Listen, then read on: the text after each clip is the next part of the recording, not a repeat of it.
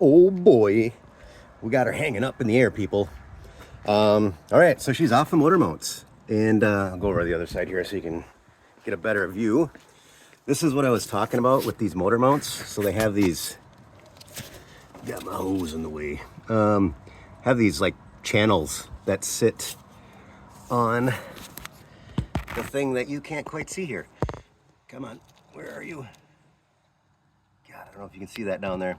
There's like these nubs that stick out, and these channels plop down on that and lock into place, that little guy there. Okay, so they just kind of set on that, and then it isn't such a pain in the ass to get your engine bolts through, or your mount bolts through.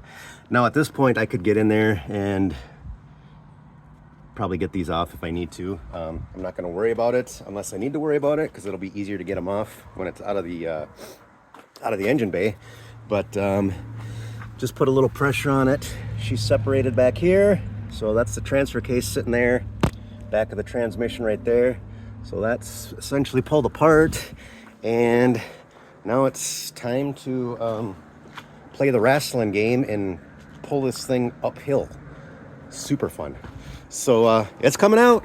This is the day, and as one would expect, it's not going to come out easy. Exhaust is in the way, not terribly uncommon. Down there it's hitting the steering column, and over here as well we're tied up against the sheet metal down there.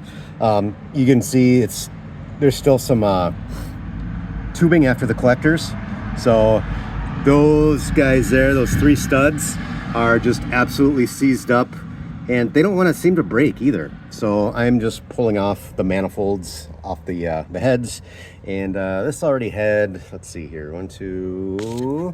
2 broken studs on this side, and there was 1 broken stud on the other side. I thankfully have not broken any others, so only 3 to extract after it's out of here. That's not terrible. So we'll keep plugging away here. I'll get these off, and hopefully I don't slice open another thumb. That guy's sharp. Did you remember to disconnect everything? Are you sure? Because right about here is where you discover the tensile strength of said forgotten item, whether it be a wire, vacuum hose, steel line, etc., etc. So yeah, make sure you double check and triple check and make sure you've gotten everything disconnected, especially wiring harness. You know, these things have tons of grounds on the block, the heads, the LSs I'm referring to. You got the transmission, linkage, cooling lines, vent tubes, etc., etc. The pulling the engine part actually isn't that bad. It's just getting all of the stuff disconnected, okay? There's so much stuff to disconnect. So if you don't do all that, you're gonna find some stuff that's still connected, and it's gonna break, and it's gonna be exciting generally. It's a good time. You should try it once. Ha! Now what?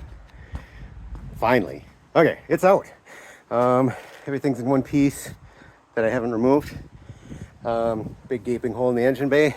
It looks like there's so much more space now that there isn't an engine in it, but it was pretty tight.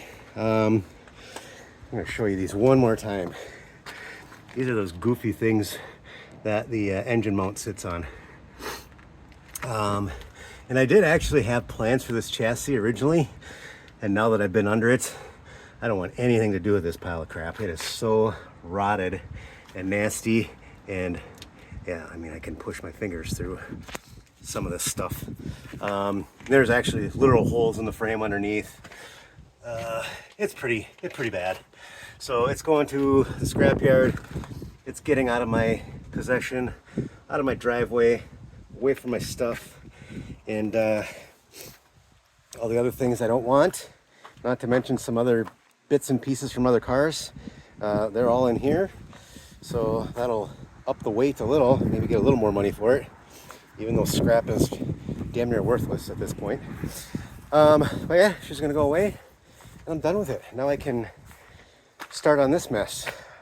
Get the transmission separated, get this on the engine stand, disassemble, clean it up, open it up, see what the cylinders look like and bores, see what we need to do as far as bearings, etc., etc., etc. And then I may or may not, we'll see here, if I can find someone to possibly trade for this Gen 4 5.3, excuse me, if I can find a Gen 4 5.3 to trade for this, that wouldn't be a bad deal either, because then I don't have to worry about the knock sensor situation. Because as it is right now, and it's hard to see with these giant ass motor mounts in the way, like this pad, for instance, would be where the Gen 4 knock sensor is. It's either there or the one up here, maybe. It's one of these two, I think. So, you know, this could be drilled and tapped for the Gen 4 knock sensor. The other side, let's take a look at that one. Oh. This side does not, oh wait, no, it's got a hole in it. Actually, there's, for this side, right, where's my finger? There it is, right here. I believe this is the spot that ICT Billet has an adapter for a Gen 4 knock sensor. So that's a possibility as well, but we will see. I mean, aside from that, everything else I should be able to swap over. I can take the crank and the pistons from the 4.8. I've got a set of Gen 4 5.3 rods we can use with that. And by using that crank, I'll have the correct reluctor wheel and everything I need for the E38 ECM. And then heads, let's see, these heads I believe will give me more compression. The other heads flow a little better, so I don't know. I got to do some more research on that. And then, yeah, it's just going to be fun engine building time. So thanks for sticking around to the end of this debacle, and stay tuned for the next mess of things.